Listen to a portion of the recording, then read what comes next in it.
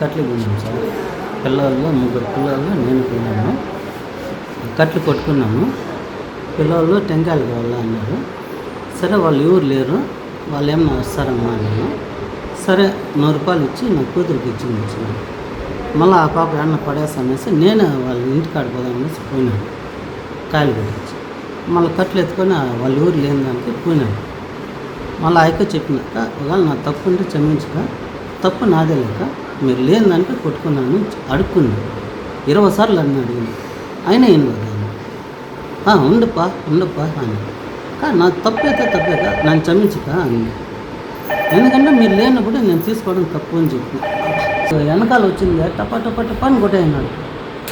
సినాలే అని చిన్న బిడ్డని లంచముండా పోయా అని అలా రామకృష్ణ వాళ్ళు కొట్టలేదు. నేను అసలు వాళ్ళ మగన్ నేను సరిగ్గా చూడండి. నువ్వు పోయిండేది ఆ అపార్ట్మెంట్ నుంచి పక్కలోనే ఆ కట్లు అంతా ఉంటే ఆ కట్లు ఇంకా పొదామనేసి పోయినాను. పిల్లలకి స్నానానికి కానీ పొయ్యిలో కాంచుకున్నాను పోయినాను. అందుకని ఇట్లా కొట్టాను.